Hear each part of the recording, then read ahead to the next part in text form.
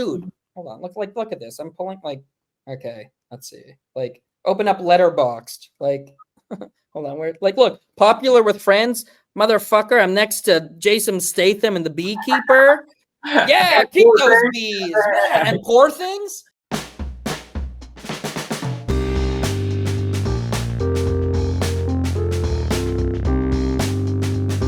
I'm former movie trivia schmodown singles champion Marisol McKee, aka Lady Justice. And I'm former movie trivia schmodown singles champion Adam the Coyote Collins. So I've been excited about this for a long time. An old friend of mine, Charles. We go way back. Yes.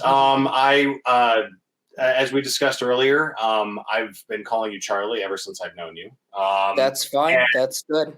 And when we caught up, a few years back, I knew you had a few things in the works. You couldn't talk about all of them. Ladies and gentlemen, this is very exciting. We have a very special guest today, filmmaker, screenwriter, creator extraordinaire, Charles Pieper is here. Hello. Thanks for joining us, man. We just recently saw Destroy All Neighbors, your most recent film, and we have so many things that we want to ask you about. What's going on? I think we have a new neighbor. What's this week been like with Destroy All Neighbors coming out? I'm not going to lie, this has been the best, most exciting week of my life. I've been living in LA since 2009 when I graduated Emerson College, and I've been flapping around like a frog from lily pad to lily pad of project ever since. Stop motion animation, live action, shorts, and then working on features. And I literally started writing this for the director 10 years ago, and we never thought it would get made, and we kept sending it around, and it kept being rejected. And so after 10 years, the film came out. My life this week, it's been the ending of Pee-wee's Big Adventure, but I'm Pee-wee, and I'm looking at myself on the screen. You know, I don't need to see it. I've lived it, right? But no, I need to see it. It's very fun to watch. No, it's been a thrill. It's just been so exciting, and seeing the response online has been a blast. People either love it or hate it. And dude, if you write a negative critique, but you're a good writer, I'm going to laugh my ass off. Some of the mean reviews are my favorites, but mostly it's been quite favorable, which is great. This is splatter comedy. You either like it or you don't. There's no middle ground, nor do we want there to be. So yes, this week's been exciting. Honestly, this film, just from the outset, just from the trailers, we get a good idea of what was in store. Yeah, well, that's the thing. I think Shudder edited that trailer and marketed it so well. If someone saw the trailer and then liked the trailer but didn't like the film, like, what the fuck were you expecting, you chump? Like, dude, I don't know. Oh, I knew exactly. I could tell exactly what we were in store. Thank you. That's a good testament to it, and it got me really amped. I remember when Adam first showed me, I was like, "Oh, hell yeah! Yeah." Oh, made popcorn and made some drinks. We watched your movie, man. And this is like it's a live action cartoon. Turn your brain off a little, roll with it for the splatter, and then hopefully find yourself surprised by the fact that it wears its heart on the sleeve. The heart might be pumping blood all over the actors' faces, but it's heartfelt. And I like that a lot. And Josh Forbes, the director, that's who he is. Like, he and the other two writers, they pushed it into sweeter territory than where it started. And I got to say, the film is better and more entertaining for it. And I am happy to have had this collaborative creative journey. If it had just been my script, we wouldn't be here talking about it, because it wouldn't have gotten made 10 years ago, because I was grumpy, I was younger, I was crankier, I was going through the real situation in this apartment I am here now. The real neighbor was behind that wall. My real relationship was falling apart. It's better now. So there you go. That's I'm really curious about that. So just we didn't set up your movie, like Destroy All Neighbors. It takes place in this charming, I guess, apartment. Is charming the word we're going to use for this apartment complex? That's a diplomatic way to describe it. Yeah, exactly. William is this prog rock artist. I think what a lot of us can identify with from the outset is, even though it's like a hyper specific art form, right? It's a metaphor for the creative process in general. We went with prog rock because Jonah Ray, on top of being a stand-up comedian actor, he's in a punk band. He has a punk band that does versions of Weird Al covers as like hardcore fast songs. And my initial draft, he was a different, we can get into that if you want, but when Jonah came on board, he was like, I love this, but what if we make the character reflect me more? What if we incorporate music into this as a way to tie it together? And like, well, we're doing a splatter comedy. What music would be? Prog rock. It was meant to be. So, but yeah, if you're creative, you relate to this. And if you're not, you fucking hate it. And you think the lead character is the most unrelatable, nervous asshole piece of shit ever. And it's funny reading all these people like, this guy sucks. It's me. It's the exaggerated version of all my worst, younger sensibilities. Like, Adam, you knew me even younger. Like, I was such a hyperactive kid. It's amazing I'm still here because I oscillated on such a high frequency. I would explode if someone touched my shoulder the wrong way, you know? So, yes, go ahead. Yeah. No, please.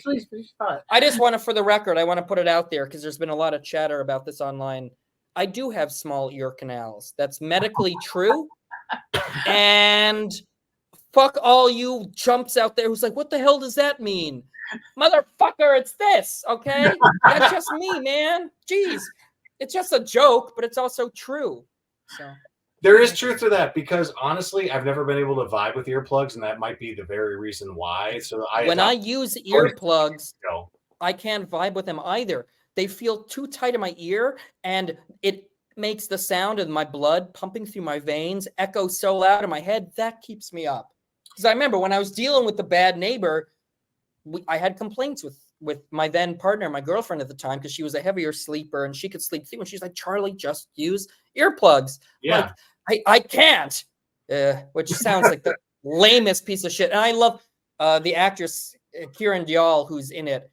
She is so great. And she's really good. She's like the only normal, nice character. And because she's normal and nice, she just gets shit on the whole time. And we can go into that more, but she's great. And with whatever comes next, if we get to do more, and the writers and the director and I are already brainstorming just for the fun of it, we have a lot of ideas on how to take all the side characters and bring them into the fold even more, because we all fell in love with all of our actors.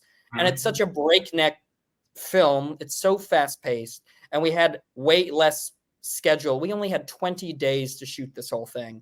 If you know filmmaking, for something this big, that's not enough. So yeah, we just, hopefully more to come. That's every day, basically. Yeah.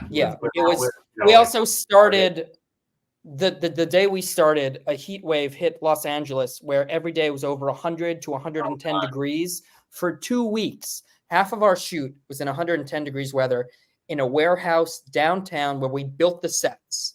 So we had the lights in the sets, plus the haze machines and the fog machines, plus Alex Winter in a full prosthetic face, neck, body, arms. We had special cooling tents that they all rushed into afterwards.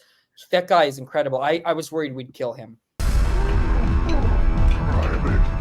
What is up with this guy? I think we're living next to some kind of maniac. I am now living your head rent-free. So I just want to back this up for a second because we understand kind of the inception of this movie. Makes a lot of sense.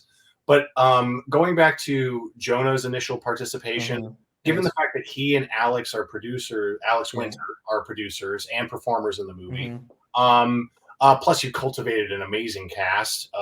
We did.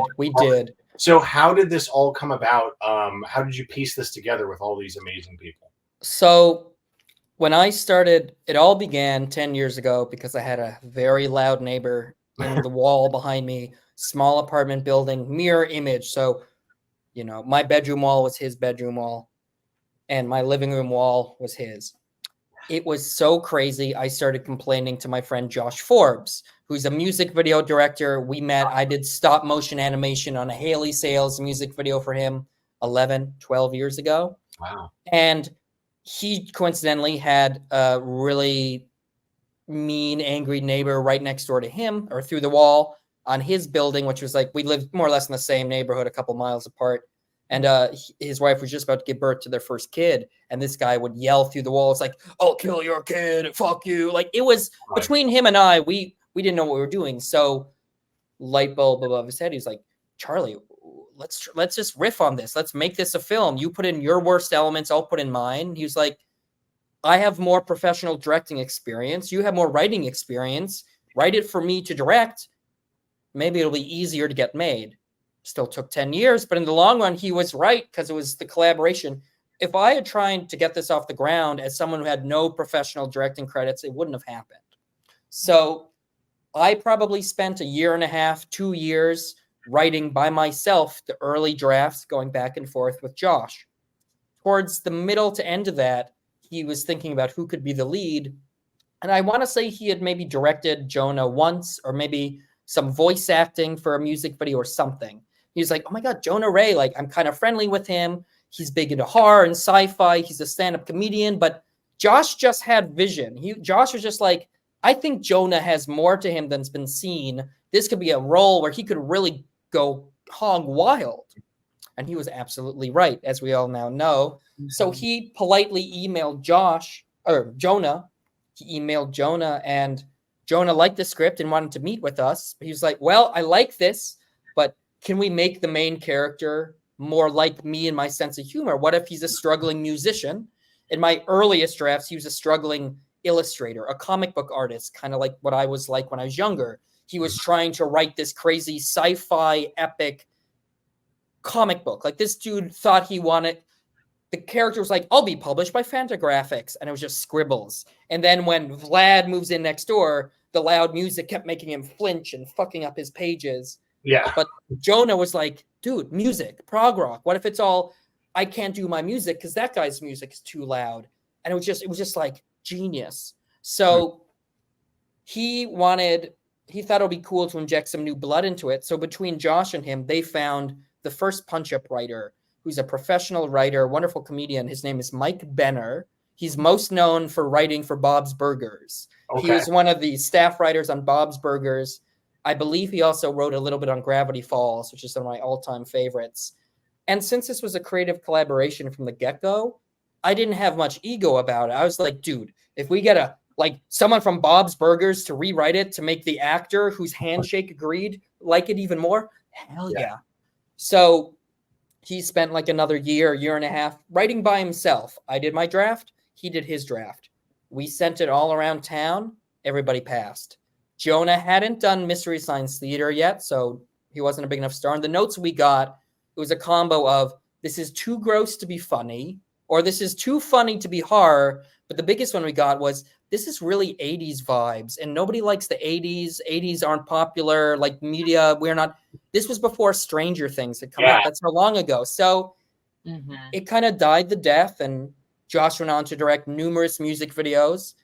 Jonah did MST3K for years. I went on to focus on Malika Straka, as you well remember. Thank you. And it just it was just like one day, maybe, what if? And then we all got to our favorite year of all time, 2020.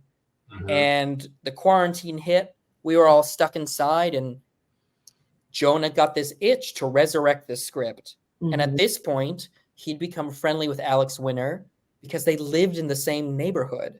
So they would just like see each other in passing, like, oh, hey, dude. Huh. And I think they might have ended up working on one or two things. So Alex Winter was in the back of Jonah's mind. And then several months into the quarantine, Bill and Ted 3 came out. And Alex Winter is in full prosthetics, the prisoner Bill from the future. Yeah. And Jonah was like, holy shit, he still likes prosthetics acting? Like, what if we get him for Vlad? But we were still kind of tentative. So I want to say Jonah's initial emails was like hey, we wrote this thing. We think you'd like it. If you're interested, maybe you could help us produce it. Alex Winter presents, just kind of, get our foot in the door. And then maybe if you really like it, maybe you could be Vlad, And Alex Winter at first, he's like, I really like this script, but I don't know if I want to do Vlad. It's a lot of work. It's a lot of prosthetics. And about a week later, he emailed like, no, I got to be Vlad. Let's fucking do this. And that was maybe 8 or 9 years into the project. Once we had Alex Winter, Shudder was like, fuck, sold. And we were all ready to go. And then Omicron happened, and that variant there. But Alex ended up being about, I want to say, like almost a year from when we sold it to when we started shooting. But Alex Winter also, a second punch-up writer, was brought on because at this point the script had been dormant for years. So we wanted, again, Alex was like, let's inject some new blood and kind of clean out the digital dust that had collected on the PDF. And the second punch-up writer is this wonderful stand-up comedian. He works for late night a lot and does a lot of punch-up to scripts. His name's Jared Logan. And he brought his stand-up expertise into it and kind of created a lot of the callback jokes. And he just kind of put a comedic bow on it. So the end result is the combination of all three of us, plus Jonah and Alex went on to produce it as well. And it was collaborative. On set, the best joke won. And there was a lot of improvising and a lot of riffing. It's funny, a lot of the meaner reviews are like, these writers just try to cram whatever bullshit they get in. All they want to do is have people curse. And I'm like, do you think we wrote half a page of dueling fuck yous into a script that couldn't be read by anyone anyway? Like, don't you know what improv is? Come on, you think critics anyway. But that's kind of how it happened. Alex Winter is an angel. Alex Winter is a genius. He's why I'm me. Seeing Freaked as a kid in the 90s is why I'm me. It's why I was such a goober when we met as children at summer camp of the arts. It's why I'm still this comedic guy. So I cannot tell you how delightful it's been that I ended up starting that grew into something that he brought to life. It's been full circle, and whatever rest of the career I have from this point on, I owe it to three people, and it's the triangle of Josh Forbes, Alex Winter, and Jonah Ray for keeping this thing alive for years. It's a beautiful thing. And I love hearing that. I know you're saying about how, there's there were multiple elements in it, and of course it takes a village, and it's a long process of a lot of teamwork to work on this. Yes. And I totally understand what you mean when you're saying what other people brought to it. But I'm thinking, listening to you and sharing your experiences with Josh in this, what jumped out to me, some of my favorite aspects of this movie are the details in the character and the things in it that I can tell came from you guys. Yeah, it's been very weird for me and my close friends who listen to me complain about, look, I lived with the rough neighbor for 2.5 years before I finally he was evicted. You lived next to him for 11. No. So I've lived in this apartment for like 12 years, just about. Wait, no, yeah. I'm somebody. No, it was a saga. That's all. I just remember it was a saga. It went on a long time. In the film, look, Jonah, the character is an exaggerated version of my worst impulses. And Jonah Ray is a fellow nervous, creative guy. He felt similar. And he also, it's funny, he's like the Hollywood version of me. He kind of looks like me if I was 6.5 feet tall and a little bit faster. But, inadvertently, I watch it. My friends laugh their asses off because he looks like me. Look, the costume designer hadn't met me, but the script is kind of baked into what he looked like. And also, the production designer painted the set of the apartment the same color green of my apartment that I painted with my then girlfriend when this was going on. She didn't know that. There have been weird synchronicities. Yeah. So Jonah is Hollywood me. What can I say? Well, and the relationship between him, between his characters, William and Emily, was almost like us. It was a little too real. Like we were watching it, and I was like, thank you. I appreciate that because I wanted that to feel real. And the other characters, we've gotten a little bit of flack online from some people, like, why the fuck is she still with him at the end? These writers don't understand relationships and women. Women always get shit on in films. Fuck. Let me explain this, okay? She mentions earlier in the film that she's working on depositions. She's a fucking lawyer. It's her job. Right, yeah. We had to cut some stuff out, but she's not with him at the end, relationship-wise. She's a kind, empathetic person who's helping him because it's her job, but they're not together anymore. And also, why she's still there? Because she's an awesome actress, and we wanted to give her work and not have her vanish from the film. And no, if we do get more, she's gonna be in it more, and I want to expand on her. I think she'd be a very fun viewpoint. So Yeah, but she's Yeah. also not a glutton for like punishment or anything. We were laughing and Thank you. about how the Yeah. fact that she just kind of removes herself from the situation, like She's like, halfway "I'm through, and out." she's like, you know what, I'm good. You know, Yeah. and we were like, Damn right I'm calling the yeah, cops. she would. Yeah, she would. Yeah. So she's No. quite different from. She's anyone. great. really She's also she's a wonderful stand-up comedian. You can Yeah. find her online. She's a great performer. Yeah, So. Yeah. absolutely. No, she was very, very one of the standouts for us for sure. Mhm. But like watching this, going back to Alex Winter for just a moment. You mentioned Freaked. I definitely thought of that because of all the prosthetics. But even obviously Bill and Ted. I thought of Granny as Preston Esquire. That was one of the. Oh yeah, that's haunting stuff. Bogus Journey is probably my favorite of the two because it's creepier and weirder. That stuff stuck with me for a long time. The Easter Bunny and Granny Preston stuck with me because of Alex's performance.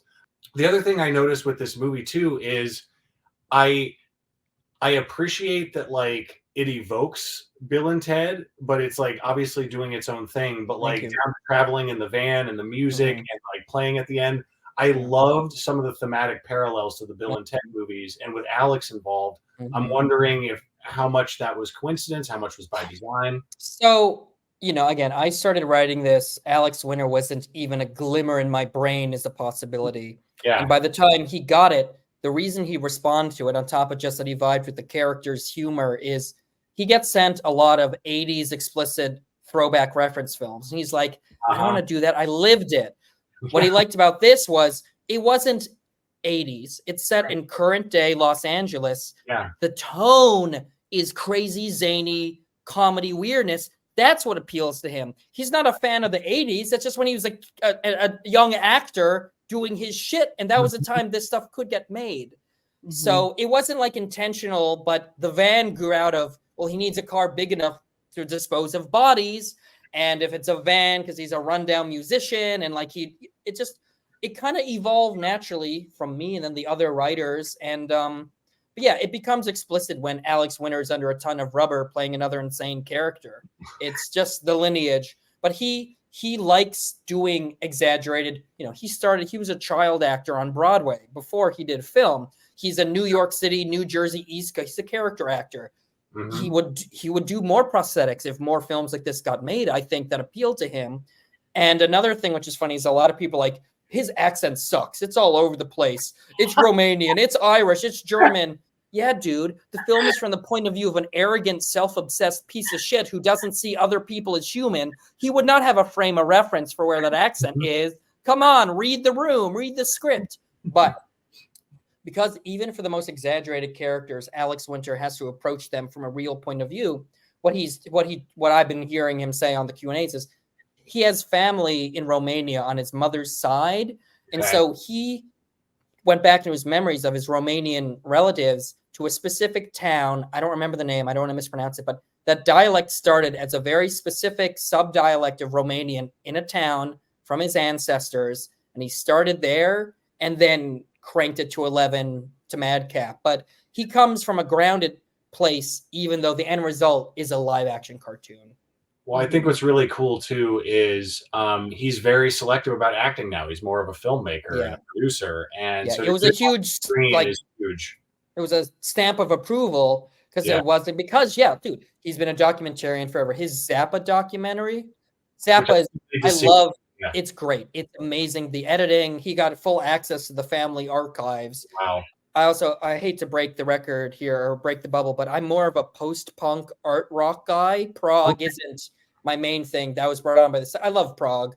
Newer stuff like Deloused and the Comatorium that like blew my mind in high school. But I love Frank Zappa. We share a birthday, so I feel very deeply connected to him. But my favorite band is Sparks. So Sparks, if you're listening, I want you in the sequel or at least to spoof you in a flashback. We'll see. There you go. Hey, look, you're a right step further than me. We were passing through the first time. I was like, I thought prog rock was from the city. I thought it was inspired by the city. We've had people think that one of the people who did a Q&A at the Alamo the other night, that's how she opened it up. And there was this brief moment where like, oh, that's a great joke. And then we were like, oh, no, okay. And it was very cute. It was very funny. For the record, Prague, the city, is one of my favorite places in the world. I'm a big stop motion animator. Jan Svankmajer, that Czech surrealist animator director. He's a big influence. Alice. The college I went to Emerson in Boston because they had a study abroad in Prague summer course. So I studied at FAMU in Prague for a month when I was a teenager. Did you ever cross paths with Crispin Glover out there? I know he owns a cast. No, but Yuri Barta, another lovely animator, we met him and he showed us one of his original prints of his like hour-long stop-motion epic version of the Pied Piper of Hamelin. I have a photo of him with me and the puppets, and I'm like, my last name's Piper. This is amazing. I love you. And he's like, okay, all right. You know, like it was weird. But no, I would go back to Prague. I still have dreams of becoming like a grumpy expat and just living there. We shall see. So you've killed somebody. Relax. Just need to know how to get rid of a body. Hello, Willie. I do have one question about the future of this movie. Obviously, you know, sequel potential is always exciting, but look, another great horror comedy from Shudder that came out recently, Deadstream. Deadstream is very fun. That lead actor gives such a committed performance, and I also like I forget their name, but the woman who plays like the ghoul, the main like creepy. That film is a blast. It is a blast, and they got a physical release. It was only purchasable at Walmart, but I went. We will be getting a physical release. I don't know when. I think it might be widely available though, but I'm not sure. I hope so. But yeah, that is coming out. And to that point, like I feel like Shudder of a lot of streaming services, especially specialty streaming services, I feel like they're a little more committed to like they're true blue horror heads, and I have nothing but good notes or good response for Shudder. They funded this implicitly.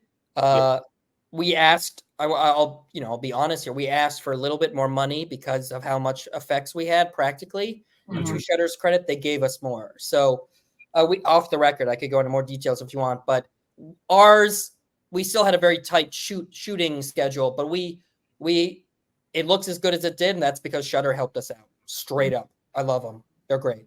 It does really look wonderful. We were noting, you had kind of enlightened me, just even kind of the mix, just love seeing all the practical effects in there. But you were enlightening me on, like, sounds like there was some mix of digital and practical at some points, especially. There was a little bit of digital, like cleaning up puppet wires, or of course at the end with the Ultra Vlad and the portal behind him and all the fiery embers floating around. But yeah, 99% of it is practical. Prosthetics, puppets. We had a great team of puppeteers. Our lead puppeteer was Bill Watterson, not Calvin and Hobbes Bill Watterson. They have the same name. It's cool. He directed a film a couple of years ago called Dave Made a Maze, which I highly recommend. It's another kind of indie comedy, fantasy, creativity thing. And he worked with this wonderful effects artist from Chicago. His name is Ben Goger. Sorry if I just mispronounced that. He was the Eleanor the skeleton puppeteer main guy, wonderful guy. He was also the lead effects head on this absolutely messed up film called All Jacked Up and Full of Worms. Okay. That is like Chicago John Waters Gen Z fuckery. I recommend that too. And we had a great team. All the production designers, Katie Simonson, I'd have to pull it up. There's so many names. Everyone brought their A game, cranked it to 11. I've seen the finished film like 5 times now. Yeah. I am seeing details in the props or on the sets. You know, the posters all have inside joke band titles that are from my fake music that I've made since high school. The Utter, you might have heard me mention it a bit online back in the day. Yeah. There are jokes within jokes with hats on hats on hats in this thing. That's got to be an interesting process, because I know this was like a labor of love for you, like 100%. So how was it like? And I'm sure you had your own vision. You know, I'll tell you this. How does that end up? Like when you're like, how? I'm so happy with this end result. It's great. It's collaborative, but I hadn't seen the full finished film till the premiere at the Arrow the other night. And it was so overwhelming to see it first with there was like 300, 400 people in the crowd. And it was just, I wasn't even sure. It was like I'd been steamrolled by the reality of what my vision had turned into. And I had to rewatch it. I watched it a couple days later on Shudder with my my parents from New Jersey flew out to LA for the premiere. It was lovely. It was beautiful, but it's stressful for me to make sure they're seated okay. And they're in their mid-70s now, so it was hard to concentrate on everything. I was also there with my new girlfriend, she is the best, but she's meeting my parents, she's meeting all my friends. I want to make sure she's comfortable. That's a whole movie in and of itself. That's the sequel. Yeah. But rewatching it, once I saw it on my TV in my apartment, which looks like the apartment from the film, it was like I watched a piece of art in situ, as it were, right? And it played and it looked better and it sounded stronger. And then every time I've seen it since, I've liked it more, and it just kind of gelled into my mind. Yeah, it's a weird thing to write your life, and then it becomes this bonkers live action cartoon that's taken on a life of its own. It's crazy. It's gotta be cathartic too. I mean, it's very cathartic. I feel more comfortable. I feel like I'm walking more upright. You know, when you're trying to get your first feature film made for a decade, you feel like a crumb bum. You know, I'd crawl to the corner coffee shop and panic that it's 15 motherfucking bucks for like a donut. And, and I'm sitting there like, and next to me is literally Christopher Nolan, right? Because he lives in my neighborhood. I'm just like, not that, and like, look, I went to Emerson.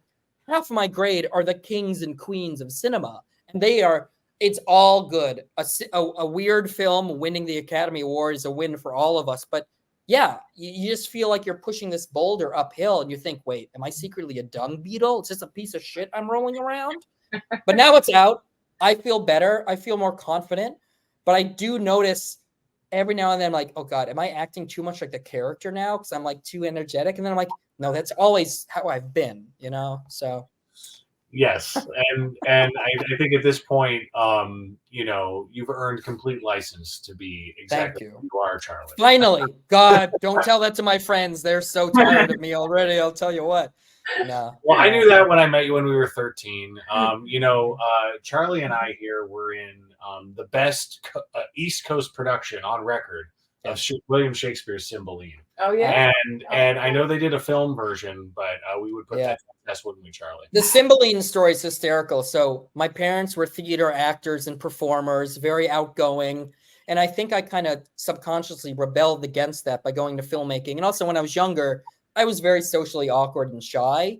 So I didn't do any theater, I think the first year at Bala Bay. And then maybe it was the second year. It's blurry. It's a long time ago. I think we did. We both did theater the second year because I was shy the first year too. Okay. Long story short, I signed up for a one act. I wanted to just dip my toes into acting. Yeah. And the camp counselor put my name in the wrong list. So I got cast in motherfucking Shakespeare.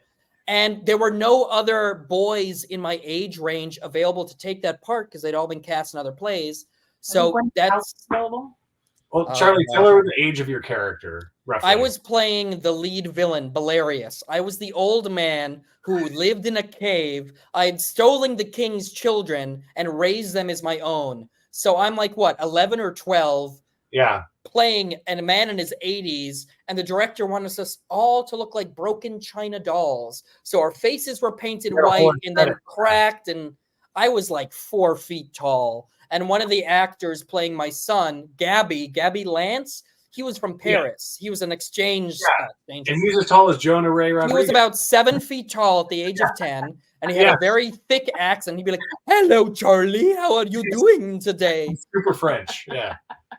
Dude, it was so the words, I still remember most of my opening monologue because it's baked into my brain. Like for real. It was something like, 'tis a goodly day to keep house. Up to your mountain flats. Your legs are young. I'll tread these flats. Consider when you above, perceive me like a crow. That is a place which lessens and then sets off. And then we may revolve the courts, the tricks and tales of war. Oh, my boys, come, something like that.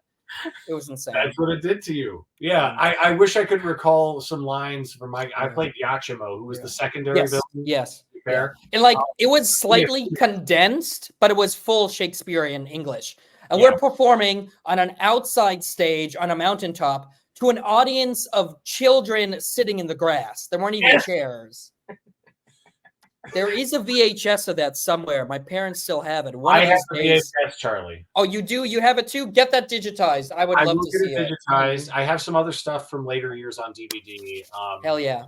And I'm still friendly with a lot of the other Emerson folks. Malcolm, you remember Malcolm? He's a scientist now. He's a teacher and a scientist in one of the big colleges in New York City. He has 2 kids. He's married, lovely guy. We meet up when we can, and yeah, a lot of the Emersonians, a lot of the Balabayers, we're still connected. I want to make a movie there one day for sure. There's so many, like, theater camp was great because it scratched the surface. Like, and I think it was a fun movie. Don't get me wrong. Also, speaking of movies, someone involved with Wet Hot American Summer must have gone to Balabay back in the 70s. Because remember, at dinner time, we had to sing Day by Day every night at dinner. And that becomes a big part of that film. Day by day. Day by day. One of the best line readings of all time. Yeah. Oh God! I honestly, if you're open to it, at some point we should just do a Balabay. I would love that, dude. I got such a funny back catalog. I can talk about my weird shit. Honestly, some of the most amateur, wacky stuff is the most fun to talk about, reminisce on. And I've digitized a lot of that, so there's my Vimeo goes back. Yeah, I remember like Charlie was one of the only people doing stop motion at summer camp. Mm-hmm. Yeah. And it was, well, mad credit to that counselor, John Resnick, not of the Goo Goo Dolls. He just had the same name. He was the one who got us all going. He was the one who introduced me to Ween, to Doofus, to like. Ron introduced us to Fight Club and Office Space that summer because they had come out the previous year, and like I remember the night we camped out. It was like our token camp out of the session, right, where we camp out in the tent under the stars and all that. And we were like out there, and he was waxing poetic about Office Space and Fight Club all night. Yeah. And we were like, yes, preach to us. I'm still close friends with him. Back in October, I flew back to New York City for a one night only 15th year anniversary show of Doofus, that band whose music he played for us. And, you know, because I went on to do a stop motion music video for their last album back in like 2008. And John was there. He filmed the whole thing. Malcolm was with me. We're in the front row going crazy. That footage will eventually go online. And yeah, Doofus is one of my favorite bands of all time. And they're freak folk, anti-folk, uncategorizable. Seth Ferragolzia, their lead singer, he is a true inspiration to me. And eventually, let's say when I get to direct like features, I'm going to try to do my best to get his music into them. When it comes to like future projects, like I know you're a filmmaker at heart. And with Malika Straka, like that was kind of like that was a big step forward in terms of getting your name out there, getting your style out there. Can you speak to opportunities that created and what you hope to do as a filmmaker going forward? In the short run, it created no opportunities in terms of career advancement at the time, the way my youthful naivete had hoped, but it opened the world to me in terms of I met so many other filmmakers. I did the fest circuits. I became connected to a wonderful spider web of friends. And in the long run, that short ended up on Shudder. It's part of an anthology season called Beyond the Dark. So my feature's on Shudder, that short is on Shudder, and yes, I have since gone on to write a feature-length expansion of Malika Straka that, I mean, it kind of makes sense. The short's there as an example of what I can do, and the feature is bigger and bolder. It goes to different places. The thing is, though, it's very dark and bleak. Like, if someone knew me just from Destroy All Neighbors and then they immediately watch Malika Straka, the tonal whiplash would kill them. But that's kind of what I like, is I like extremes. I like extremely silly stuff or extremely dark. And Malika Straka is very dark, a little bit of humor, but yeah, that feature is a possibility. And I have about 7 other feature screenplays I've written, all within various versions of horror genre that I would love to direct. So hopefully the world is starting to be my oyster. We'll see what happens. Are any of them as personal to you as Destroy All Neighbors? Or do you want to kind of separate? You want to separate your... Oh, no, everything's personal. Even if it ends up being like a crazy, goofy thing.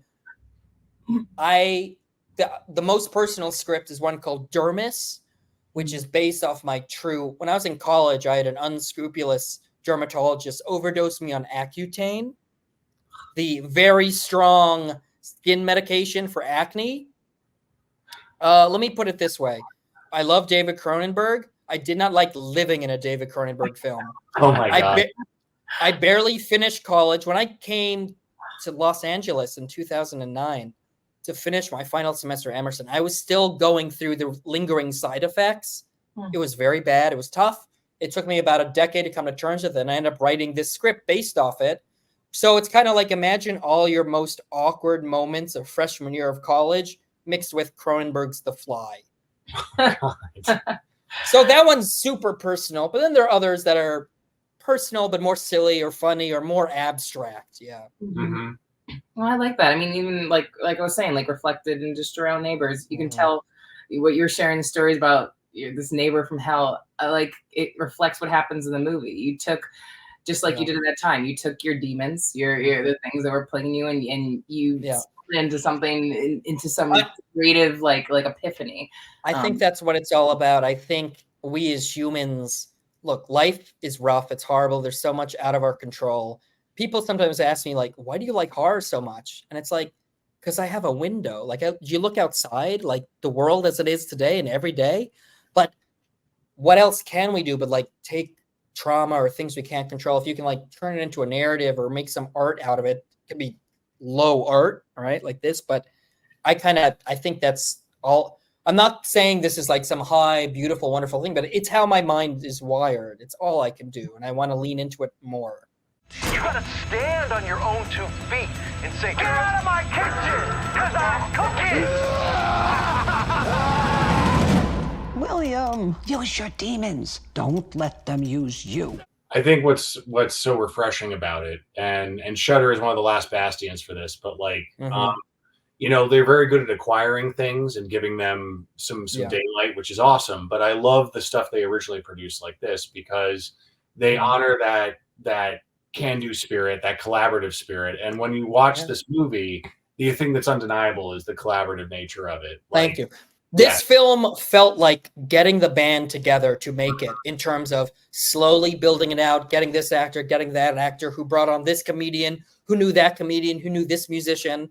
And that's also the plot of the film. It was, you know, another thing to speak to. So the film soundtrack is done by Ryan Katner and Brett Morgan. Brett, I'm having a brain fart. Ryan Katner is the lead singer-songwriter, and Brett is the guitarist of the band Man Man. Man Man has been my favorite band since 2005.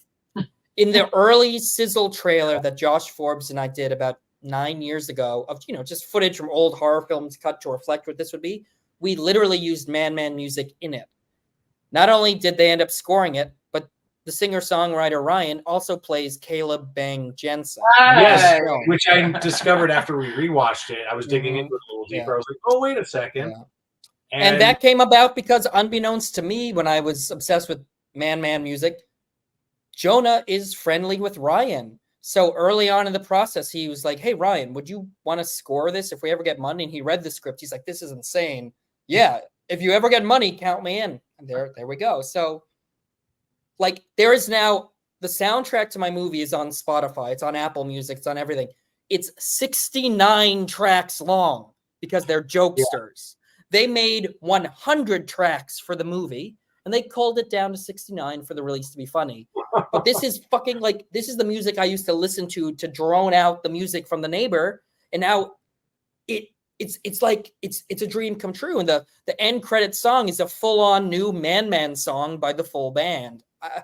What the fuck? My life. I love it. It's so dreamy. Full circle nature of it. The soundtrack's great. We were listening to it earlier. That opening credit. We were just jamming. We were already just like, Let me tell you about, so that's about as me as you can get. The very first draft of the first draft. The first draft started with, we fly through a crazy stop motion inward sequence, chaos, crazy, becomes a tunnel, blah, blah, blah, blah, blah. And we got it made. That lead animator, Rich Zim, I've worked with him twice now. He was one of the lead character animators on The Nightmare Before Christmas. James and the Giant Peach. He did the Gumby reboot that was kind of weird in the 90s. He is America, if not the world's best claymation artist. I love this guy. He's a true blue weirdo.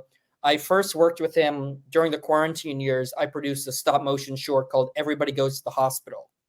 And it's a very dark medical thing based on a true story of a medical procedure gone wrong, story of my life, that happened to the writer-director's mother when her mother was a 6-year-old child in the 60s. So it's a true story, period piece, stop motion. And we have close-ups of the innards, and Rich animated them. And then we brought him on for this. And I have some ideas for new stuff. And if I can, as much stop motion I can get in there, I will. Because that was my first love that started at Balabay when we were kids and running around. I know it's where your heart lies a lot too, but just honestly, like the return to form with all the practical effects in this movie was one of the things that I enjoyed the most. Yeah. The effects are done by Gabe Bartalos and Bill Corso. I grew up watching Gabe's work. He did Leprechaun. He was on Gremlins 2. He did all of Matthew Barney's Cremaster cycle.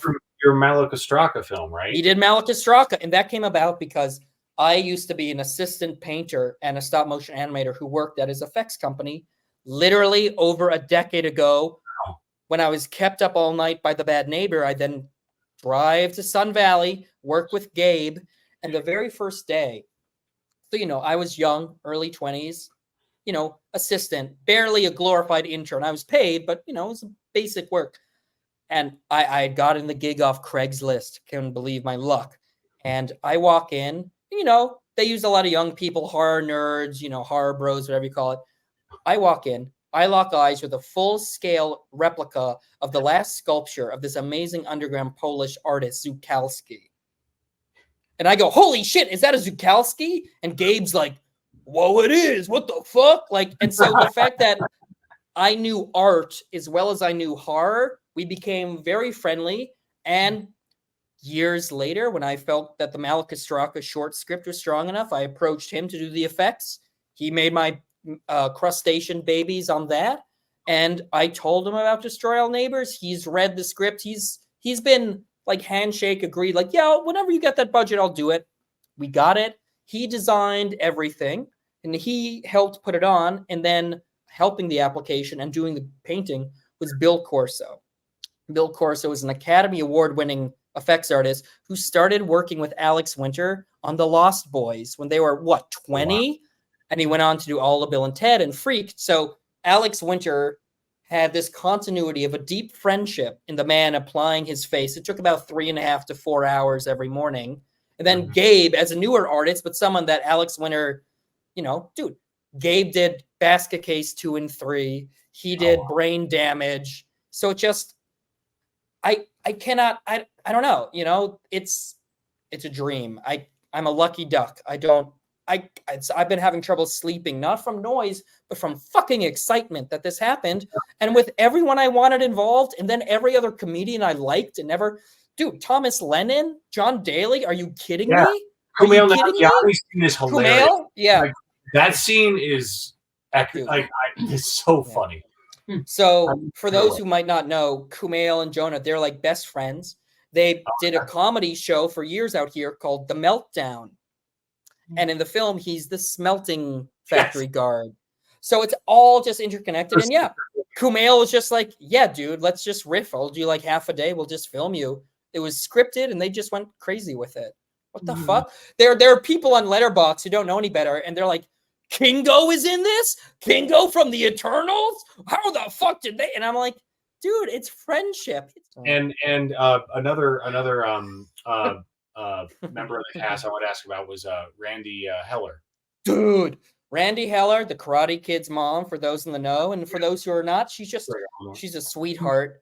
Oh my God. She brought so much. Well, Josh had a funny thing in the QA that Randy Heller was like, I have to film for a day and the rest is just looped dialogue. Sign me up. Her voice acting is so sweet. She's so funny.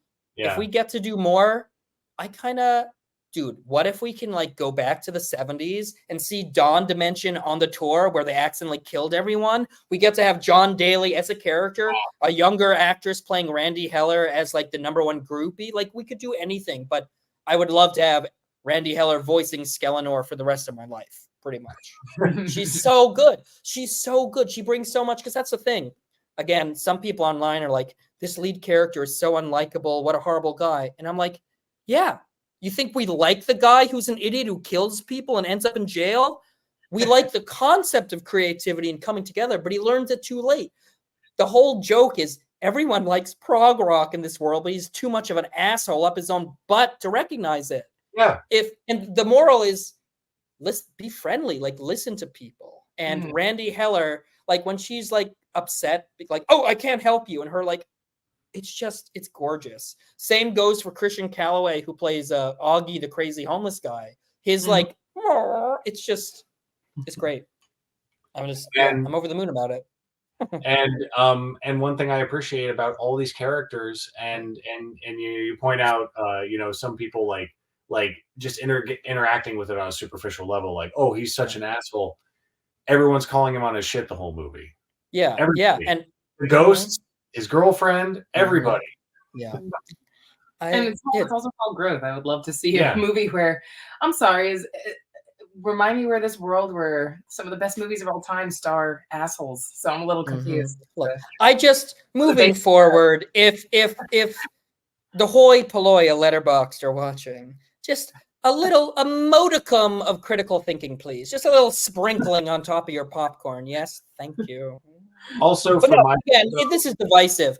If someone gives us a 1-star review, but the review is well written, hell yeah. But like, again, it's this internet. There are people, I'm sure they're half watching it on their laptop. The moment it's done, they're like, okay. I'm so glad it got a limited theatrical, and hopefully we get to do more, because especially with comedies, they're funnier with the crowd. And on the big screen, this thing is crazy. Those opening credits on the big screen, oh my God. We have hope that, we'll see.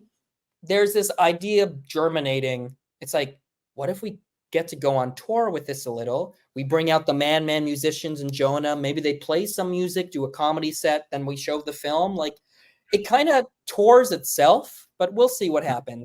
Well, we would have loved to have. We live nowhere near an Alamo in New Hampshire. But it's a shame too, because everything you're describing, and you're talking about the extremes of reaction, that's the stuff that cult films are born of, and that's kind of that energy. And you should be really proud of this. We enjoyed the hell out of this. Twice, yes. And it bears repeat viewings because the jokes are so dense and the visuals are so dense. A lot of times an audience could laugh over and miss a joke or two. So see it a couple. Let's get those numbers up on Shudder, baby. It reminded me, honestly, of like how much I would enjoy revisiting a show like 30 Rock, because the first time man, that's a great. Thank you. Yeah, and you go back and you watch it again, and the thing, and admittedly, I threw subtitles on the second time, not because I didn't understand it the first time, but because I love doing that with movies to like pick up on things you don't. I haven't done it with subtitles. I heard from some people that whoever did the subtitles kind of gave up on some of Vlad's dialogue, and it just says unintelligible. And I mean, they're kind of not wrong, but we might work on that later. We'll see. Even so, there's some things like some lines people say under their breath that things I did laugh over the first time. So it's definitely. I would say one specific thing: keep your ears peeled when Alec, the asshole script writer, shows up again in the prison. Before he shows up, you kind of hear him talking about his sci-fi script as he comes in. And if there's some choice, gross, pervy stuff right there. Okay. Well, can't thank you enough for joining us, Charlie. This has been awesome. We could keep you here another hour if you let us, but another time. Let's do another podcast someday, because I'm kind of pooped. It's been a long, exciting day. Or week and a half, whatever it is. But before we let you go, where can we find you? How can people follow you? And where? So I'm on Instagram as C Pieper. That's CPIEPR. Last name is technically Pieper because it's German. But when the ancestors came over here, the English, so and so, it's like, say Piper. It sounds better in English, and it stuck. I'm on Twitter as Inherent Charlie. I have a www.charlespiper.com, which has links to a lot of my shorts and animations. Those are probably the top 3. But also, if you just Google Charles Pieper, I'm the #1 Charles Pieper on the internet. I feel sorry for everyone else with my name, because if they do an image search, it's all my creepy monsters. It's my goblin, man. Like, it's crazy out there. So. You earned it. Yeah. Thank you. Thank Those old timey guys from the early 1900s or whatever that photo. Yeah. You eclipsed him. Honestly, man, thank you so much for joining us. Yeah. Thank you. Again, like I said, the continuity of our friendship is wonderful. And so it's nice meeting you, Marisol. This is cool. And like, yeah, Adam and I, like, we were horror weirdos back then, and we still are, and we're still film folks. And like, you guys have done epic, I want to say schmodown. I think I'm saying that right. Like, it's like we're all part of this like energetic film world, and it's a blast. And yeah, no, I think the continuation of friendships is the most important thing in the world. And so like my heart soars for this. This is wonderful. It's really sweet. Well, I'm thrilled to see you with your continued success, Charlie. Thank you. You have put yourself out there in the trenches. I admire it so much. Yeah. I went to film school myself, and while I still aspire to get back to it someday in earnest, I've never been able to leave that world fully. And it's just been so nice to stay connected with you and see you succeed. So thank you. I appreciate that. Yeah. Here's the Strail neighbors. Yeah. Yes. Yeah. Cheers. Stop. Just be cool. And don't murder anyone else.